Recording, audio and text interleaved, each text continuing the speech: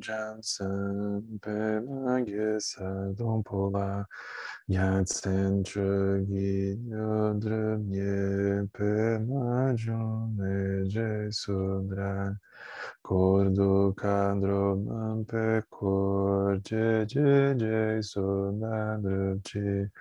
Jinjil Mapchir Jesu Song Guru Pema Siji Hum Om Arjan Yujin Arjan San Pema Gesa Dom Pola Yatsen Chugi Nyudrum Ye Pema June Jesu Dran Kordu Kadro Mampe Kor Je Sunan Ruchi Jinjin Lapchir Jesu So Guru Pema Siji Hum Om Warjen Yujin Jan San Pema Gesa Lom Pola Yatsen Chugi Nyudrum Ye Pema June Jesu Dran Kordu Kadro Mampe Kor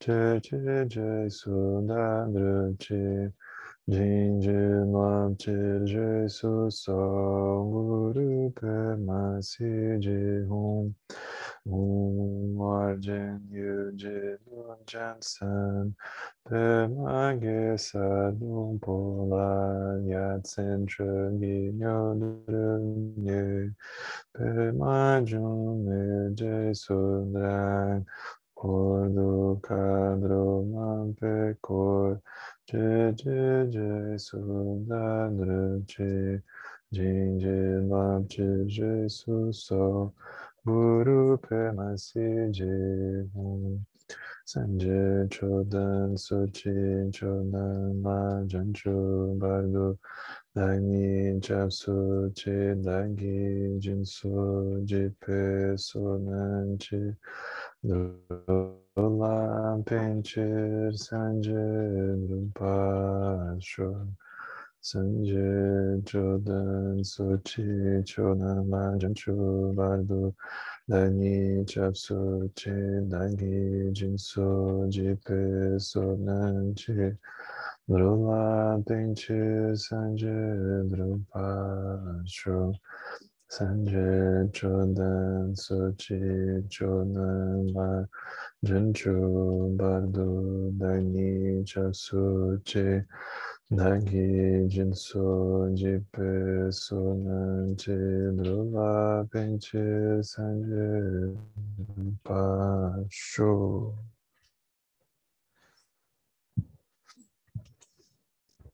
Então a gente vai continuar esse estudo do Diálogos no Sonho. A gente vai entrar no 16º capítulo, que é um capítulo bem especial, porque se a gente olhar retrospectivamente, é como se em cada capítulo que a gente passasse fosse quase que uma roda de conversa sobre algum tema que nos toca de alguma forma, né?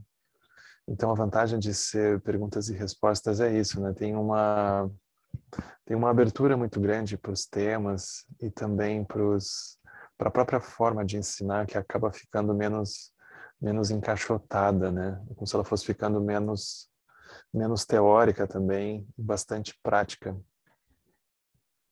E o tema que a gente vai olhar hoje é muito interessante, porque é como se cada um dos capítulos trouxesse à tona assuntos e questões que de alguma forma povoam a nossa mente em diferentes momentos da nossa conexão com o caminho, né? Então é como se ele tivesse pegando esse consciente e esse inconsciente de cada um de nós que se depara com o caminho e com os desafios todos, e ele fosse com uma lanterna jogando luz sobre cada um desses pontos que às vezes a gente nem se dá conta que é algo que nos pega de alguma forma. E aqui ele vai trazer um tema que é muito interessante, que o 16º capítulo se chama Oferendas a Monges Mundanos. Então, já pega mal, né? Porque a princípio os monges não deveriam ser mundanos. Mas é como se ele também tivesse trazendo à tona, no nosso caso, né, os praticantes mundanos, ou que de alguma forma a gente considera mundanos. E se a gente olhar historicamente, por mais que a gente possa encontrar falhas e encontrar críticas, né, na questão do aspecto monástico, nos casos específicos do budismo, para além de tudo isso, foi graças à instituição assim monástica que o budismo sobreviveu todo esse tempo, né? Porque ele de alguma forma ele foi o centro de energia, o centro de coesão, num certo sentido, de manter essa chama do Dharma vivo e a prática e as experiências internas e as transmissões e os textos e as traduções. É como se fosse a criação desse ambiente que a gente pode chamar de artificial, mas ao mesmo tempo é muito útil porque como se uma vez livre de muitas outras atribuições assim da vida cotidiana, abrisse um espaço, abrisse um tempo então, para poder direcionar de uma maneira mais objetiva os esforços, né, e todo o talento que geração após geração foi colocando na preservação e manter o budismo vivo, né? Mas por outro lado, a gente sempre vai encontrar críticas, né?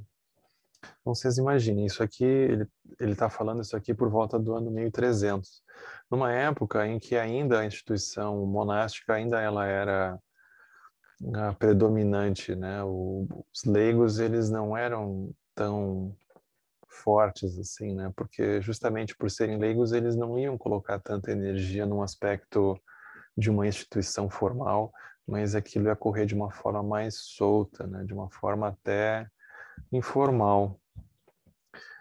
E é como se aqui a questão toda começasse a girar sobre a forma como a gente olha para os praticantes espirituais, vamos dizer assim, né? Será que a gente deveria fazer oferenda para eles, mesmo eles não tendo uma cara necessariamente espiritual ou não necessariamente ou fazendo coisas que a gente considera mundanas, né? É como se ele estivesse colocando luz numa região crítica nossa, né? De julgar, de avaliar se vale, quanto que pesa o meu apoio e será que isso é digno de fazer uma oferenda ou não é digno? Quem é digno de receber? Quem é o legítimo, né? E, num certo sentido, ele começa a colocar luz sobre a forma como a gente indiretamente se autoavalia também, né? A gente não tem como avaliar o outro sem aquilo, de um certo sentido, servir de espelho para a gente, né? Então, é como se ele concatenasse muitos diferentes tópicos, né, dessa conexão que a gente estabelece com a imagem que cada um vai ter daqueles que, em um certo sentido, estão à frente de um caminho, todas as críticas que a gente pode ter e todo o apoio ou falta de apoio que a gente pode direcionar a eles, né? Então é um tema muito rico, muito atual, né? Embora ele aparentemente esteja aqui direcionando isso para os monges, né? É como se o chapéu ele servisse perfeitamente para os dias de hoje, né? Então a pergunta que o imperador do Japão faz é assim: nessa última era do Dharma, todos os monges, sejam eles das tradições doutrinais, de preceitos ou de meditação, buscam fama, lucro e negligenciam a sua prática. Então, o materialismo espiritual já tinha naquela época, né?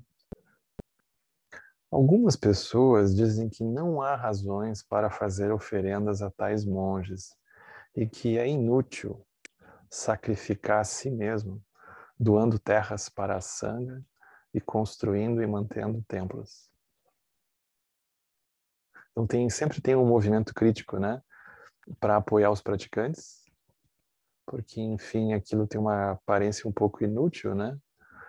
E doando terras para a sanga e construindo centros de prática, centros de retiro, centros de Dharma e apoiar as pessoas que eventualmente vão se dedicar a fazer prática, a fazer retiro,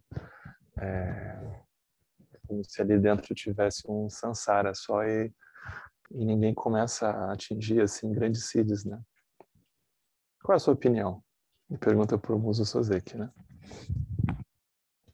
E o Muso Soseki diz assim: uma vez que somente aqueles com um acúmulo escasso de karma positivo nascem na última era do Dharma, ou seja, nós, até mesmo as pessoas que possuem todas as vantagens, habilidades e educação adequadas à sua posição social, são raramente iguais aos seus predecessores.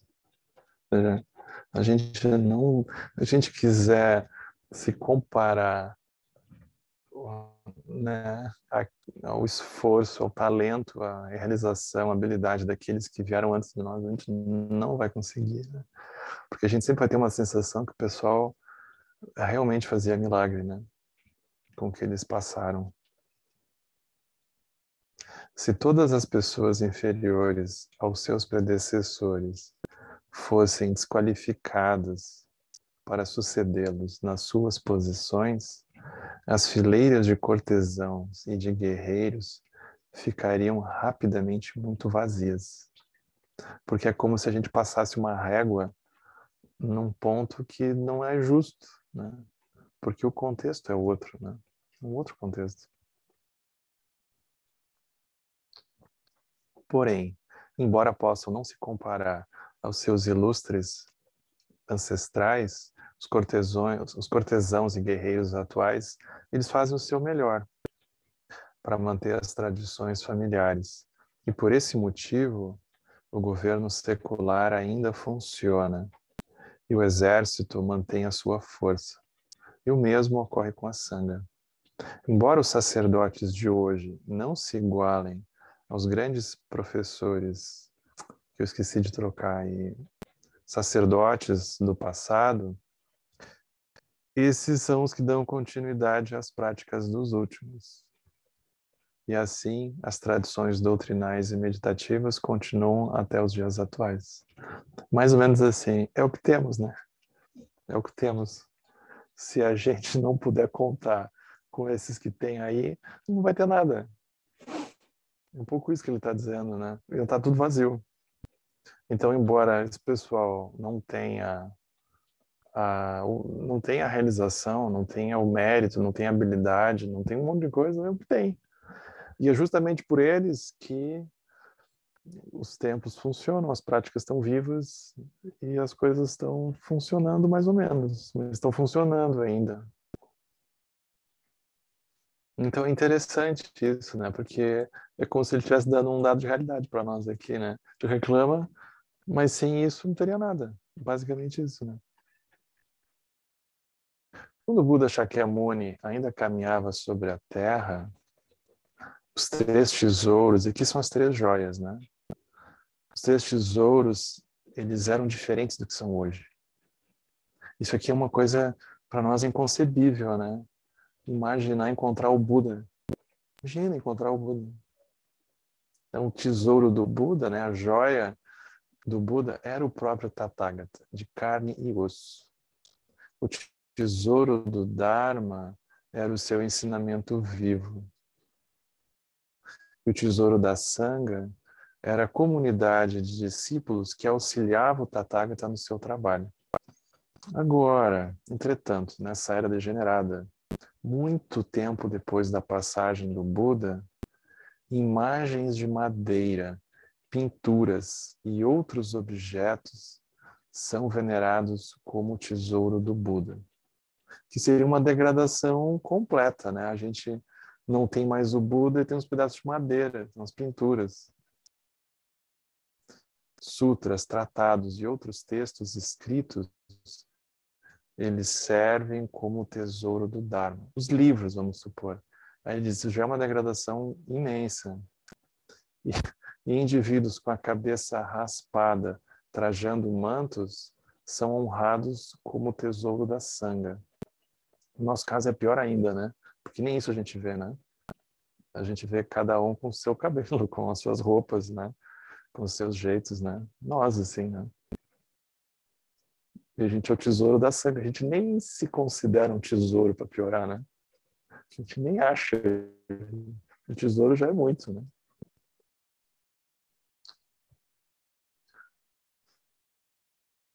De acordo com os ensinamentos sagrados, porém, esses são os exatos 3 tesouros que nós devemos manter e sustentar durante a última era do Dharma. Ou seja, já essa, né? A gente não tem o Buda, mas a gente tem o que tem. A gente tem as imagens, né? A gente tem os templos. A gente não tem o Buda, mas a gente tem os textos, né? E tem nós, o Sangha. Então, isso é o que a gente deveria manter e sustentar durante a última era do Dharma. Embora os 3 tesouros genuínos permeiem o nosso universo, eles não são perceptíveis para nós. Na última era, com as nossas fracas raízes kármicas, e assim nós não podemos venerar o verdadeiro Buda e a verdadeira Sangha, tampouco ouvir o verdadeiro Dharma. É essa visão muito profunda, né, que muitos mestres Dzogchen, eles falam que o Dharma está escrito nas coisas, né? Então, a gente só precisa ler as aparências, e ali o Dharma está escrito. Então, como nos falta mérito, é como se a gente precisasse de um aspecto teórico, de uma coisa grosseira, para, enfim, olhar para as coisas e ali dentro das coisas a gente perceber como que elas surgem, existem, desaparecem, sem mais uma coisa teórica, né?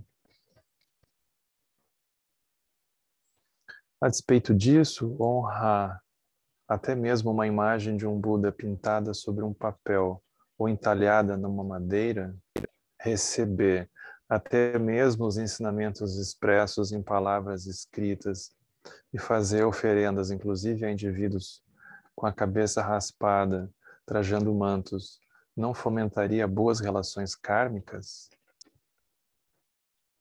Ou seja, é o que tem, né? Se você não fizer, você vai fazer o quê? É um pouco isso que ele está dizendo, né? Se você não fizer isso, vai fazer o quê, então? Os seres nascidos no período entre a extinção do Dharma, do Buda Shakyamuni, e a vinda de Maitreya, né, que é o futuro Buda, isso aqui é muito chocante.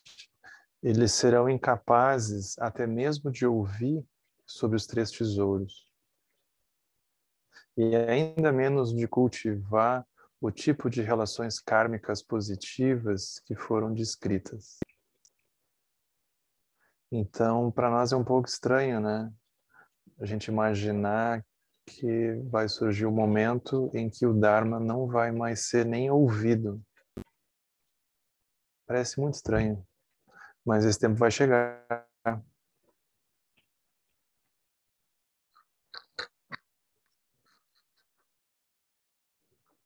Por exemplo, a gente teve civilizações que viveram por tempos muito longos e a gente não tem nem sinal delas, né? Como esses dias apareceu uma reportagem, né, de uma civilização que vivia na Amazônia antes da Amazônia ser a Amazônia. Então aquilo tem 4, 5 mil anos. E a gente olha só mato, né? E uns índios lá dentro. Mas tinham civilizações que viviam lá antes daquilo ter a cara de floresta que tem hoje, né? A gente não tem nem registro, assim, de como que deveria ser aquilo, né? Desapareceu. Então as coisas só desaparecem. Ainda que elas pareçam concretas para nós, tem um dia que não sobra nem o cheiro daquilo mais, né? É assim. Então ele está falando, ele está alertando sobre isso, né? Vai chegar vai ter um período que isso vai acontecer.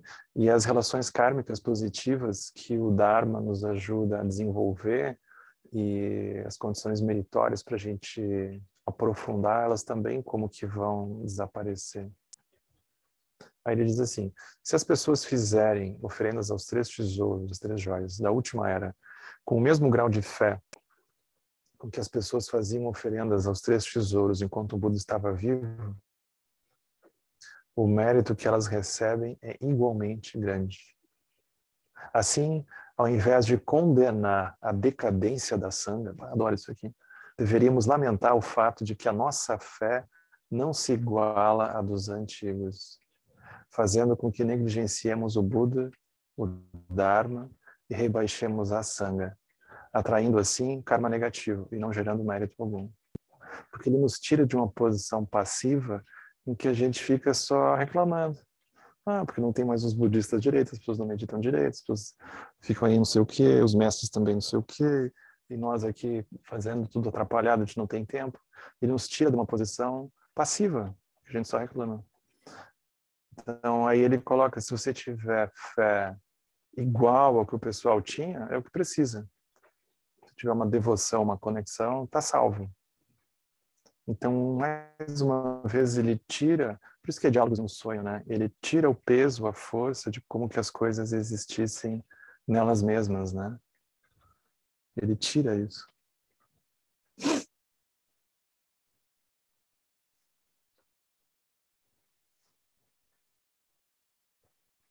Se nós desprezarmos os monges atuais, a gente pode dizer assim, os praticantes atuais, né?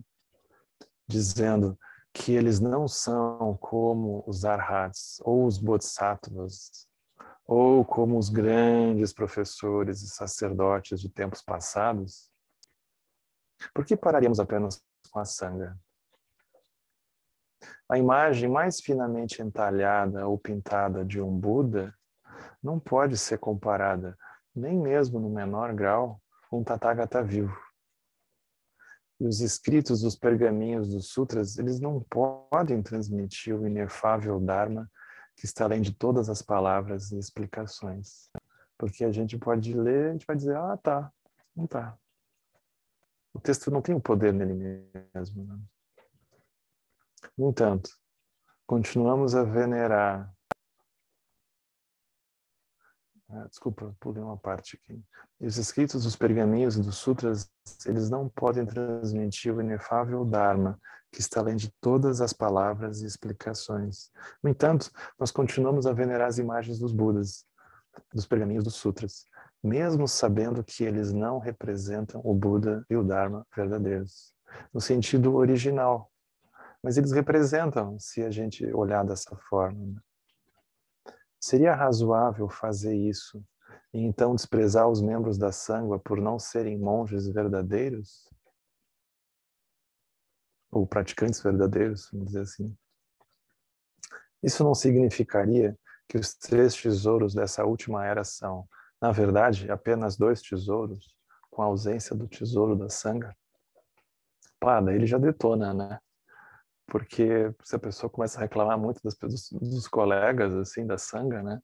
Aí ele diz, não, então a gente só tem 2 joias, né? Tem a joia do Buda e a do Dharma, porque da Sangha a gente já perdeu. Porque, enfim, a gente só reclama dos colegas, né? Então, ele está alertando para isso, né? Ou seja, qual o lugar que a gente está se relacionando, né? Qual a expectativa que a gente está depositando, qual a abertura que a gente tem para olhar com profundidade para o que está acontecendo, né?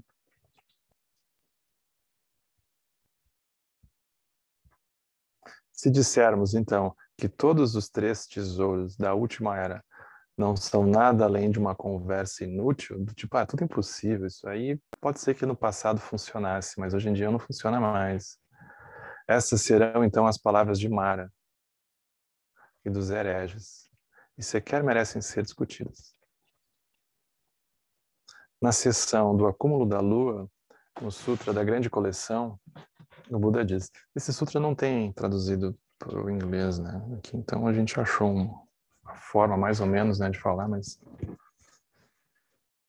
diz assim, na última era, é muito legal aqui que ele faz faz uma conta, né? Então, o Buda já sabia que o tempo ia ficar assim difícil, né? Aí o próprio Buda disse, né? Bom, na última era que está por vir, haverá no meu Dharma aqueles que, embora raspem as suas cabeças e vistam um manto, irão quebrar os preceitos e viver de maneira dissoluta. Mesmo monges como esses, porém, são filhos do Buda. Caluniá-los é caluniar o Buda. Feri-los é ferir o Buda. Bonito isso, né? Qualquer pessoa que os apoiar e os proteger receberá méritos ilimitados. Isso é similar à forma como as pessoas do mundo veem o ouro como a mais inestimável dos tesouros, como o mais inestimável dos tesouros.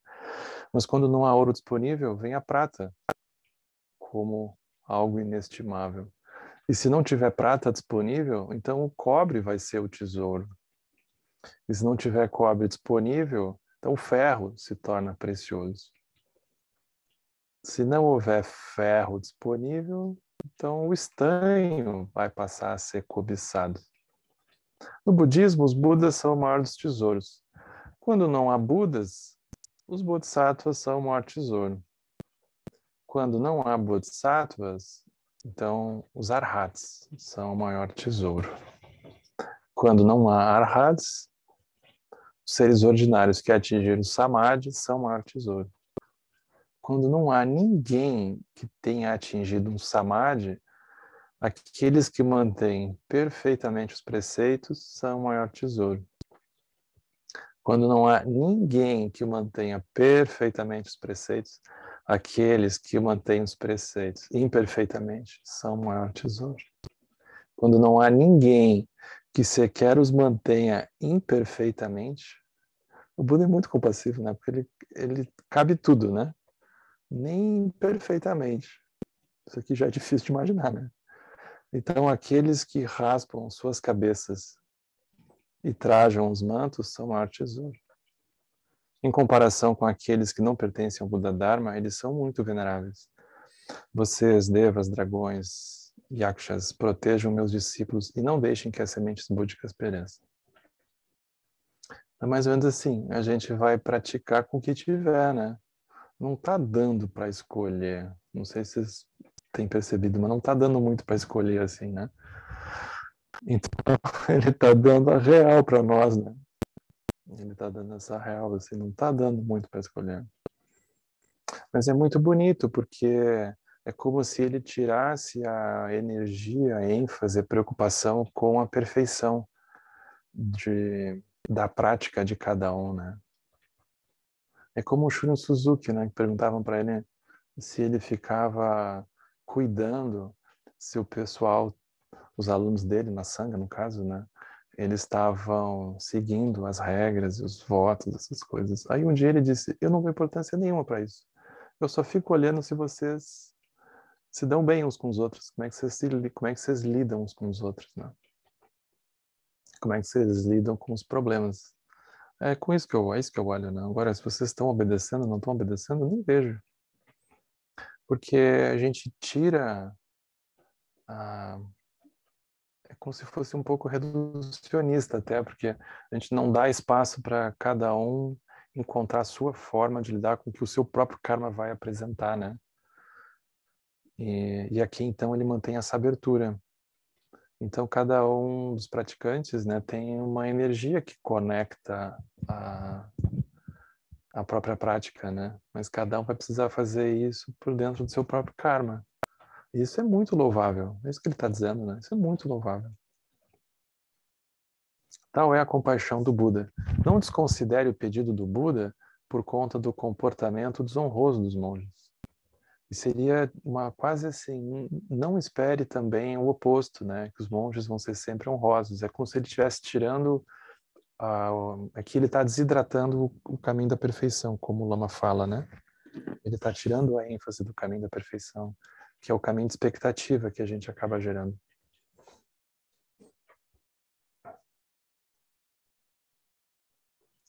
Aí ele diz, um homem que bebe saquê, Japão, né? Fica com os olhos caídos, um andar cambaleante, uma fala enrolada e uma mente confusa. Porém, mesmo que esses efeitos inconvenientes sejam previsíveis, eles não são particularmente perturbadores para aqueles que gostam de beber. Ou seja, ninguém que gosta de beber vai ser convencido que se ficar com o andar cambaleante, a fala enrolada, vai então deixar de beber, né? A pessoa não necessariamente acha isso um problema, né? Efeito colateral. Aqueles que detestam saquê por conta dos seus efeitos desorientadores são, em geral, abstêmios.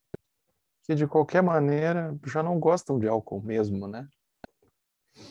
De forma similar, aqueles que rejeitam o Buda Dharma por causa das falhas dos monges ou dos praticantes são aqueles para quem, desde o início, o budismo nunca foi de grande utilidade. Isso aqui é super interessante de olhar, né? Porque é como se a gente começa a dar muita ênfase para um aspecto da perfeição, como se aquilo pudesse afastar alguém, né? Aí ele diz, mas se a pessoa realmente tivesse refúgio, a pessoa não fugia. Porque a pessoa ia ter elemento interno para olhar aquilo como parte do caminho, né? Mas se a pessoa tem uma expectativa gigantesca, é porque ela não entrou direito, né? Tem muita expectativa. Então ele está dizendo, o pessoal no fundo nunca realmente tomou refúgio, né? Aquilo talvez fosse uma decoração na vida. E aí, como qualquer decoração, se dá uma trincadinha, a pessoa diz, não, vou trocar por outra. É mais fácil botar outra no lugar do que realmente seguir, né? Então ele tira o peso aqui. Achei super bom essa fala, nunca tinha visto dessa forma. Algo que gera mérito para os seres sencientes é conhecido como campo de mérito. Essa expressão é bem comum também, campo de mérito, né? Do qual existem dois tipos. Então existem os campos de mérito que ele vai chamar de reverência e os campos de mérito ligados à compaixão. Os campos de mérito ligados à reverência, eles resultam de nós venerarmos e fazermos oferendas a uma pessoa sábia, uma pessoa sagrada. E os campos de mérito ligados à compaixão, eles resultam de sentirmos compaixão e fazermos oferendas a animais ou pessoas em circunstâncias humildes, circunstâncias difíceis, né? Se fizermos oferendas a um monge egoísta e ignorante, receberemos ao menos o mérito do campo da compaixão. Porque é como se a gente tirasse o peso do budismo das costas da pessoa e a gente olha para a pessoa e pensa, bom, a pessoa não está bem, né? Mas vai passar. Espera que passe. A gente fica pensando, como é que a gente ajuda o outro a passar? Então a gente tira um peso assim de um clube, né, que tem que atingir a vitória e o campeonato, e a gente começa a olhar mais honestamente um para o outro, assim, né? Então é bonito isso. Ele tira o peso da perfeição da prática, né? E de que a gente então vai condicionar o nosso apoio, a nossa conexão ao grau de perfeição que o outro vai manifestar ou não. Se a gente olhar, isso é profundamente violento, parece um episódio do Black Mirror. De ficar imaginando o outro assim, tendo que andar numa linha imaginária e se frustrando e assim por diante, e cobranças. Eu já fico imaginando um cenário desses, né? Um pouco diabólico. Um pedaço de madeira deixado como está não realizará nenhuma ação, nem para o bem, nem para o mal, porque é só um pedaço de madeira. Mas nós podemos entalhar a imagem de um Buda nesse pedaço de madeira e venerá-lo com a mesma motivação com a qual veneraríamos um Buda verdadeiro. Nesse caso, o mérito acumulado seria o mesmo caso a madeira realmente fosse um Buda. Eu lembro na Índia, eu fiquei muito chocado. Um dia eu estava andando em Dharamsala e aí vieram uns monges carregando, de longe eu estava vendo, né? Parecia alguém, assim, com kata, e aí tinha uns monges atrás com incenso e segurando kata. Enfim, tinha uma pequena procissão e eles estavam carregando assim em direção a um carro. Aí foi um monge correndo, abriu a porta do carro, eu parei para olhar o que era, né? E quando eu olhei de perto era uma estátua. Mas eles estavam tratando como se fosse alguém, literalmente, assim, com cuidado. Eu botava a mão na cabeça para não bater a cabeça da estátua na porta do carro, e o carro eles arrumaram bonitinho. E ficou muito claro essa forma de olhar, né? Se é um pau aquilo, não importa, mas se tu olha aquilo como um Buda, esse é o sentido profundo da coemergência aplicado a nós mesmos, né? A gente passa a acessar aquela região interna também. Trate-a com desprezo, porém, e o karma negativo certamente será o resultado. Afiado, né? Se isso é verdadeiro, até mesmo para um pedaço de madeira sem vida, quanto mais não seria para os seres humanos, todos os quais possuem a natureza búdica. Até mesmo um monge ignorante, desavergonhado, torna-se um campo de mérito, se nós o olharmos com fé e com respeito. E a quebra de Samaya, né? A gente não deveria... Isso no Vajrayana é muito enfatizado, né? É quebra de Samaya falar mal das pessoas, né? Quebra de Samaya é horrível, especialmente dentro da Sangha, porque é como se enfraquecesse o Dharma, né? Enfraquecesse a Sangha.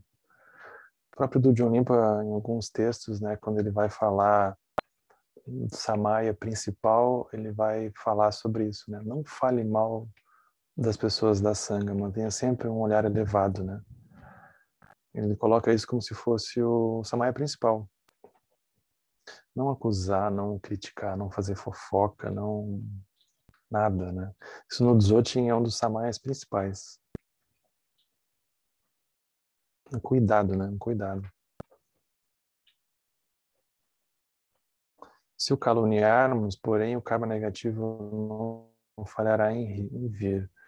No Sutra da Rede de Brahma está escrito: oferecer um convite discriminatório especial a um grupo tão valoroso quanto 500 arhats, ou monges, ou bodhisattvas, não gerará tanto mérito quanto convidar um monge comum, se for a vez dele.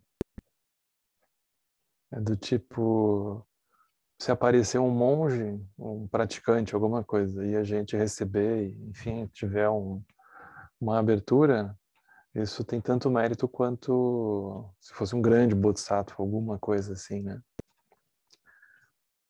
Porém, também é dito que se nós desejamos ouvir de um bom amigo sobre o caminho para a liberação, então é permitido fazer um convite especial a uma pessoa virtuosa.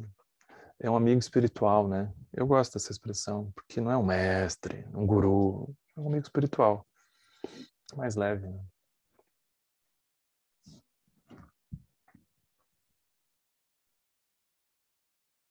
As pessoas criticam com frequência os monges desavergonhados que quebram os preceitos. Imagina, no Japão eles tinham quase 1000 anos atrás, que já não devia acontecer, né?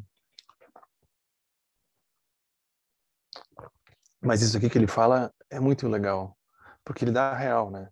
E ele diz assim, bom, as pessoas criticam com frequência os monges desavergonhados por quebrarem preceitos, mas elas mesmas se sentem completamente livres para se engajar em comportamentos similares, só porque elas são pessoas leigas. É muito fácil, né? É muito fácil. Então aqui ele está também tirando o peso, né, de uma sensação de que a pessoa raspou a cabeça, ou a pessoa se tornou um praticante, ou a pessoa isso, a pessoa aquilo, a pessoa está imune a alguma coisa, né? Então ele traz energia para isso, né? Essa forma de pensar é completamente equivocada. Será que quando os dias que eles são reservados chegarem ao fim e elas se defrontarem com o rei Ema, elas pensam que o fato de terem sido leigas lhes garantirá o perdão pelas más ações diárias que cometeram e as livrará da punição do inferno? Como se a pessoa não se incluísse dentro, né? O fato de que os textos sagrados proíbem críticas às falhas da Sangha não implica, porém, um tipo de favoritismo em relação àqueles que são ordenados. Nem mesmo que a gente não possa ter uma visão crítica, não é sobre a gente abandonar o nosso bom senso, né? Mas é sobre a gente não condenar, num sentido de congelar a pessoa ali dentro e como que associar, então, o Dharma inteiro àquilo, né? É saber ver as coisas no seu contexto. Então ele diz, isso tem somente o propósito de ajudar as pessoas comuns a evitar a severa transgressão de fazer mal ao Buda Dharma. Porque no fundo não é sobre o outro, né? É sobre a própria pessoa. Porque quando a pessoa faz uma ação de julgamento muito intenso assim, é como se ela no fundo tivesse ela mesma minando a conexão dela, né? Porque se ela tem essa crítica, essa cobrança, e então ela despeja tudo isso quando ela eventualmente encontra alguma coisa, a gente pode imaginar como que a pessoa não lida com ela mesma, né? Então é como se a própria pessoa fosse ficando numa situação muito difícil, né? Então parece que a gente está protegendo algum cristal intocado dos praticantes, mas não é sobre o outro, é sobre a conexão da própria pessoa, a própria forma como a pessoa olha, né? Só que é tipo assim, a linguagem aqui é toda terra, mas é como se o significado ele fosse céu, né? Ele fosse super profundo.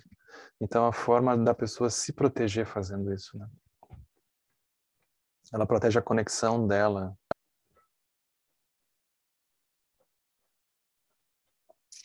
Então isso tem somente o propósito de ajudar pessoas comuns a evitar a severa transgressão de fazer mal ao Buda Dharma, e não de sugerir que é permitido a sanga quebrar os preceitos e agir de forma desavergonhada.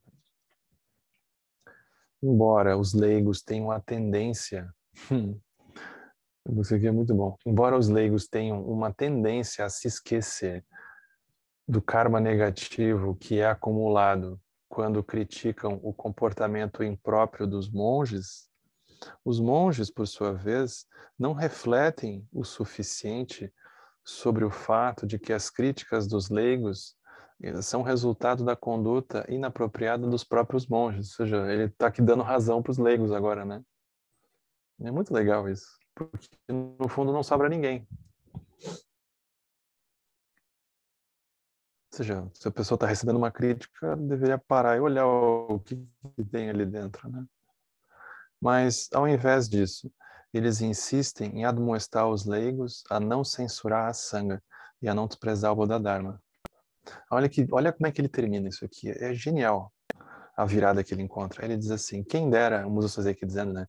Quem dera eu pudesse mudar as coisas de forma que os leigos conhecessem o ponto de vista do clero e que o clero conhecesse o ponto de vista dos leigos. Então, esse mundo corrupto se tornaria instantaneamente o reino da verdadeira lei. Tipo assim, a gente não sabe como é que é viver dentro daquele lugar que o outro está vivendo e ele acabou fazendo aquilo, né? A gente não sabe. Se a gente conseguisse, o Dharma seria realizado instantaneamente, é isso que ele está dizendo. Mas tanto para um lado quanto para o outro, né? A gente não sabe o passado kármico, o contexto kármico, a situação completa, né? Como é que ela se construiu, a gente não sabe. Tanto para um lado quanto para o outro. A gente troca de lugar, é aquele que a gente estava criticando, a gente, mas aqui também não é fácil. Aí o mundo inteiro se tornaria o reino da verdadeira lei. O capítulo seguinte é um capítulo longo, mas é muito interessante. A gente olha na semana que vem. É sobre budismo e governo. É muito legal. É um tema super atual também.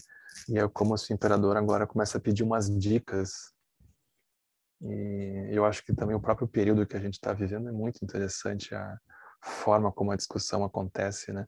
Porque ele pega esse olhar afiado dele aqui e agora começa a olhar, então, questão de governo, né? Isso a gente vê semana que vem. Mas aqui eu acho que tem muita coisa interessante até para a gente elaborar, porque a nossa conexão, via de regra, não é necessariamente com monges, né? O Dharma hoje ele é quase que 100% aqui no Brasil, pelo menos, sustentado por leigos, né? Praticantes leigos, né? Então, não é muito fácil, porque não tem uma vida necessariamente, ainda que eles consigam, muitos deles, dedicar a sua vida 100% ao Dharma, estão no meio de um samsara que é um samsara meio grande, meio complicado, né? Que tem muitas demandas, muitas flutuações, muitas conexões abertas, né? Então, como se ele jogasse luz na própria forma como a gente se relaciona com a sanga também, né? O olhar que a gente tem uns para os outros e para aqueles que a gente considera isso ou aquilo dentro da própria sanga, né? Então, tem muito... quanto mais perto a gente vai chegando disso, mais conteúdos fossem surgindo para a gente olhar também, né?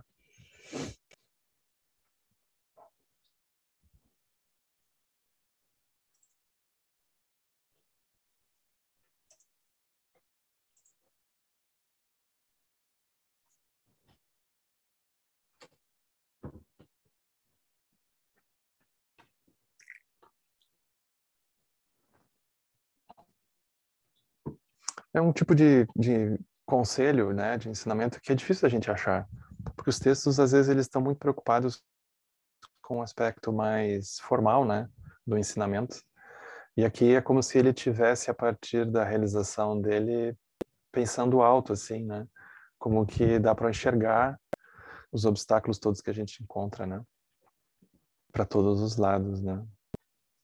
Então é muito prático se a gente parar para pensar, né, é muito prático.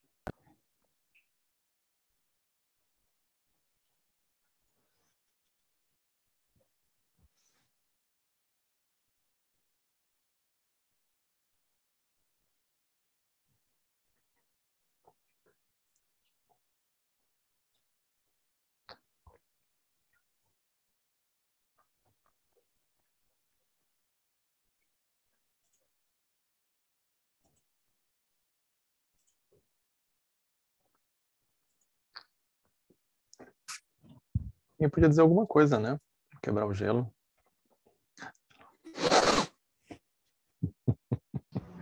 Eu Vou ficar estava tomando aqui, chimarrão aqui. eu tava aqui pensando e rindo que eu fico pensando assim da questão dos monges, né? Cara, para nós às vezes é difícil, porque às vezes, por exemplo, quando eu me estresso, o meu marido olha para mim e diz assim, ó, ah, mas tu não é praticante budista? Aí eu fico pensando, imagina os monges, coitado, né? Eles têm que ser zen o tempo inteiro, porque senão alguém já olha meio torto. Ué, mas tu não é monge? Imagina, não poder pisar fora da linha, né? Não é fácil. Deus o Então, livre. os nossos monges aqui do SEB são os tutores, não são? Mais próximos, assim, do que seriam os Eu não monges. diria isso. Eu não diria isso. Melhor a gente pensar que então todo mundo é monge, né? Todos praticantes. Imagina.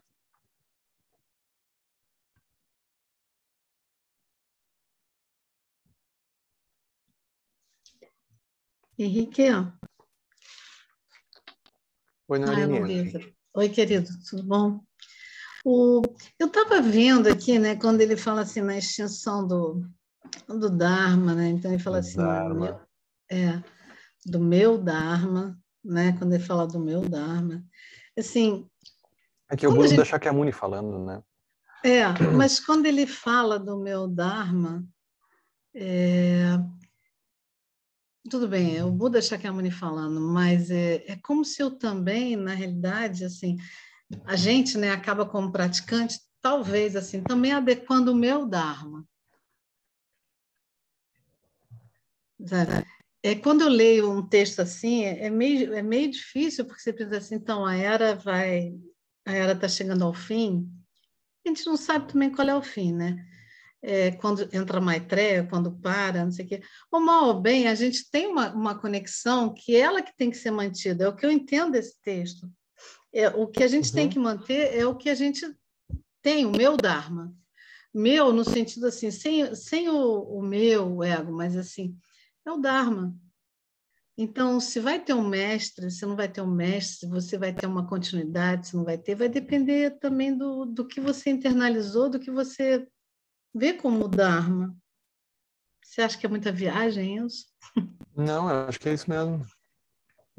Porque se nos tempos de degenerescência a gente tiver a mesma conexão que eles tinham na época que o Buda estava vivo, então não é tempo da generescência, né? Aí é o tempo de ouro da própria prática, né? Então é como se a degenerescência tivesse ligado à conexão que cada um tem, mas não necessariamente a alguma coisa externa a nós, né? Então a gente pode dizer ou tentar argumentar que naquela época, porque aquilo era tudo muito recente, era mais fácil, né? É um pouco como, sei lá, a gente acaba de se mudar para um lugar e tá tudo novo ainda, tudo brilhando, então é como se tivesse uma energia viva, assim, muito esforço, né? E aí, aos poucos, pode ser que aquilo comece a cair no marasmo, assim, uma coisa meio... A gente já tem uma previsão do que vai acontecer e aí daqui a pouco a gente já começa a ficar sem energia, né? Mas ele está dizendo, se a gente mantém o olho, aí não importa que momento que esteja acontecendo, aí aquilo não é mais a degenerescência, né? Uhum. É porque, assim, como eu vejo, assim, é o Dharma do Buda, é o Dharma aquele que eu consigo acessar, é aquilo que eu consigo ter. E, e, sei lá, é uma busca que a gente faz e aquilo que a gente encontrou é meio que assim, é meio difícil você não dar continuidade a isso na sua vida, no dia a dia, em relação aos outros. É meio que aquilo já vai embutindo em você. Então, para mim, eu vejo isso como continuação do Dharma. Sabe, é lógico, as Uhum. três joias, é tudo, mas é a continuação do Dharma, é a aplicação do Dharma na vida, né? É. A Lama Elizabeth, ela diz uma coisa muito interessante, né? Porque ela diz assim, o Dharma, ele é um barco que nos ajuda a navegar o rio da vida, o rio do karma de cada um. Eu acho tão bonito isso, porque é como se ela tirasse uma coisa assim de uma galera que vai entrar num clube, que então vai andar numa direção da iluminação, sabe? Não é isso. Cada um tem as suas conexões kármicas, cada um tem ah, as suas questões, as suas experiências e assim por diante. E cada um encontra esse barco, mas vai navegar por dentro da sua própria experiência pessoal, né? Então é como se ela tirasse ela tira o foco da gente imaginar que aquilo é uma coisa que vai todo mundo andar de mão dada, assim, igualzinho, passando igual e perfeitamente por todas as coisas. Não é. Cada um tem o rio da sua vida, dos seus karmas, e a gente pega esse barco para ver como é que a gente vai navegar ali por dentro. Então é completamente inesperado a forma como isso vai se desenrolar para cada um. A gente não tem expectativa que aquilo vai funcionar igual para todo mundo. A gente não tem essa ingenuidade, né? A pessoa vem, a pessoa vai, e assim por diante, né? A pessoa faz isso, a pessoa faz aquilo, daqui a pouco a pessoa faz aquilo outro. E é assim. Então tira uma sensação até mesmo de previsibilidade, né? Porque é um rio que tu não sabe muito bem o que tem ali depois da curva, né? E depois daquela corredeira, então, e assim por diante, a gente não sabe o que tem, o que nos aguarda, né? Então, é um barco que a gente pega para navegar por dentro dos encontros e desencontros kármicos que a gente tem, né? Mas se a gente ficar imaginando que a gente tem uma direção para andar assim, aí não vai funcionar. Por isso que é muito pessoal nesse sentido, né? O caminho é muito solitário nesse sentido, né? Trungpa falava muito sobre isso. O caminho é muito solitário. A gente não consegue contar muito bem para o outro o que é, né? Não consegue. É muito pessoal, né? Não que seja egoísta, não é, porque é muito pessoal. É profundamente pessoal nesse sentido, né? Obrigada, Karina.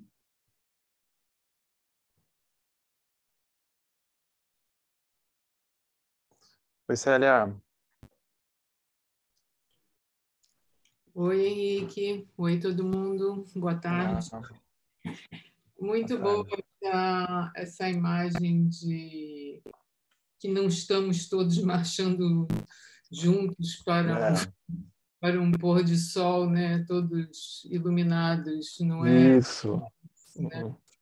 Para desespero de alguns. Não é. Todo mundo caminhando com arco-íris e o sol. É bem mesmo. É que depende, né? Depende das nossas sementes kármicas, depende de como a gente está vendo a nossa própria prática e como a gente se vê, né? Como praticante espiritual, né? Individualmente, qual é o meu nível de devoção, qual é o meu nível de conexão com o Dharma que eu estou tendo participação aqui, ali, e estudando um pouquinho. Então, mas o que eu acho muito incrível é como, nesses anos de 1300, todos os temas que ele apresenta e a forma dele pensar são totalmente atemporais. A gente pode aplicar tudo na nossa vida, no nosso mundo, na nossa situação de hoje, e assim, todos completamente diferentes e distantes, né? Culturalmente, geograficamente, ou seja, outras eras, e tão totalmente atual, né? Nos toca e a gente pode entender isso. É muito incrível. Agora, eu acho isso muito até perturbador, sabe? Porque é como se revelasse uma dimensão muito profunda que a gente não está conseguindo acessar. E a gente fica sempre ocupado com alguma coisa que a gente tem que fazer em algum lugar. E a coisa só se repete. Pensa, eles eram todos japoneses. 1300, uma sociedade feudal, as mesmas questões. É muito impressionante isso. Hoje a gente tem, claro que a gente tem as nossas roupagens que isso assume hoje, né, com todas as questões sociais e assim por diante, mas o fundo é o mesmo. É muito chocante. E mais chocante de falar tanto de tempos de degenerescência, né? E a gente sabe, assim, eu morei uns anos no México, eu pude visitar aquelas zonas arqueológicas, viveram civilizações avançadíssimas ali, em diferentes níveis, mas assim, as construções e o que eles sabiam e o que eles desenvolviam eram cidades imensas, que estão assim permeadas de árvores hoje em dia, porque cresceram, né? O mato cresceu ao redor, mas você vê a extensão, a vastidão daqueles edifícios arqueológicos, é um negócio assim impactante de você ficar imaginando, vendo aquelas pontas dos edifícios acima do nível das copas das árvores, e você começa a imaginar que vivia um monte de gente aqui, cada um fazendo as suas coisas e cuidando do gado e plantação e fazendo a vida deles, né? E foram totalmente dizimados, né? Acabou. Então, assim, a gente começa a pensar assim, ups, seremos os próximos. É uma coisa incrível de pensar, mas é fascinante a mente do Musou Sosek. Muito bom. Obrigada, Henrique. Obrigado, Saliam. E aí, Tamara? Oi, Henrique. Oi, gente. Estão ouvindo? Te ouço. Então, aí eu queria falar sobre aquele momento que você falou de manter o olhar aos outros como se fossem Buda, como se fossem o Buda, né? Que é como se fosse manter o olhar de fé e respeito. Isso me fez lembrar de ética. E teve uma vez que eu ouvi uma palestra de um professor de ética, o professor Clóvis de Barros Filho, que ele explicou a ética como se fosse o amor, assim, que é quando a gente ama as pessoas, a gente trata ela com ética. E que a gente faz isso meio que rotineiramente com as pessoas que a gente ama mesmo, assim, as pessoas do nosso convívio. Mas que é difícil fazer isso com desconhecidos, né? mas que é uma coisa que é treinável, né? Que a gente pode treinar. E aí quando você deu o exemplo dos monges que cultuavam a estátua de madeira como se fosse um Buda de verdade mesmo, até protegendo a cabeça, aí eu pensei meio que nisso, que é tipo, eles também não começaram assim, né? Eles foram treinados e aí eles fazem isso meio que já automaticamente, né? E aí eu lembrei de uma coisa que aconteceu com umas amigas minhas, né? Porque você falou que a gente não deve falar mal, não deve criticar as pessoas, né? Porque é uma ação não virtuosa e isso é falta de respeito. E aí eu lembrei de uma coisa que aconteceu, então, com as minhas amigas, assim. Eu tenho uma amiga que ela é muito engajada na proteção aos animais. Todo bichinho que ela acha perdido, ela pega para cuidar. E aí, ela tem um grupo, tal. E aí esse grupo encontrou um filhote numa padaria. E aí eles resgataram o filhote, foram cuidar dele, foram na padaria e resgataram o vídeo. E aí, pelo vídeo, elas entenderam que um casal tinha deixado o filhote lá, tipo, tinha largado. E aí eles pegaram a placa do carro e fizeram um boletim de ocorrência, como uma denúncia, achando que elas estão fazendo uma coisa boa, afinal, uma pessoa abandonou um serzinho ali, né? E quase que ele foi atropelado. E aí, aí uma das minhas amigas levou o cachorro para casa para dar abrigo num dia, porque estava frio, enfim, até que alguém resolvesse adotar. E aí ela foi numa agropecuária, e aí, sei lá, estava conversando, aí surgiu o assunto do filhotinho, e aí a mulher da agropecuária viu a foto e falou assim, eu sei de quem é esse cachorro, porque veio um casal de moradores de rua aqui, falaram que encontraram o cachorrinho, que eles reciclam lixo, acharam o cachorrinho no lixo, e que vieram aqui pedir para a gente cuidar, só que a gente não está aceitando, porque, enfim, não consegue aceitar, e aí eles foram embora com o cachorro. E aí, depois, eu sei que aí eles descobriram essa parte da história que eles não sabiam. Aí depois eles foram assuntar lá na padaria, aí depois reviram as imagens do vídeo e o casal de moradores de rua passou nessa padaria e largou o cachorro lá. Aí parece que olha a história, né? Aí parece que o casal que tinha largado o cachorro lá, eu acho que o menino foi lá de novo, porque ele foi comprar pão de novo, enfim, foi lá de novo. E aí ele falou que o cachorro, na verdade, não era deles, ele estava preso, estava escondidinho assim no carro, e eles tiraram o cachorro, e aí pegava o carro, o cachorro voltava, e aí eles tiraram uma hora, e enfim, na imagem parecia que eles tinham largado o cachorro lá. Então, olha a confusão, as pessoas fizeram uma denúncia, né, fizeram um boletim de ocorrência, e aí nem eram eles. Aí eu sei que uma das minhas amigas tentou desfazer o boletim de ocorrência, mas não conseguiu, tipo, era tarde demais. E aí ninguém sabe o que vai dar isso, se vai dar alguma coisa ou não, se a pessoa vai ter que responder alguma coisa, né? Mas, enfim, às vezes as pessoas agem na melhor das intenções, mas por um julgamento rápido pode causar uma ação pior ainda, né?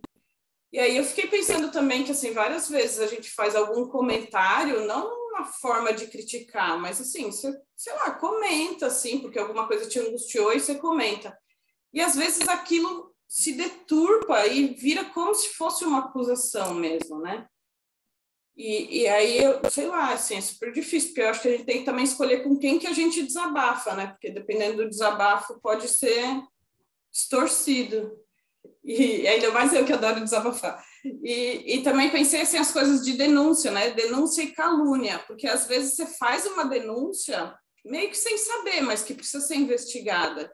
E aquilo, se não foi verdade, vira uma calúnia. Mas eu acho que muitas vezes tem a questão da investigação mesmo, que a investigação ela não é uma investigação cuidadosa, ela já é uma investigação acusatória. Eu pensei, eu lembrei, eu tô falando demais, né? Mas é que eu lembrei de tipo, assim, essas coisas de denúncia de briga de marido e mulher, de criança que pode estar sendo maltratada. Às vezes os vizinhos acusam porque ouvem uns barulhos estranhos, não é porque eles acham que realmente está sendo, mas é que precisa ser investigado. E às vezes quem vai investigar, às vezes já é mais, sei lá, grosseiro, e as coisas acabam tomando uma proporção muito difícil. E aí a gente nunca sabe como agir nessas situações, né? Pelo menos eu nunca sei. Mas enfim, já tá feito. Obrigado. É isso mesmo, faz muito sentido, né?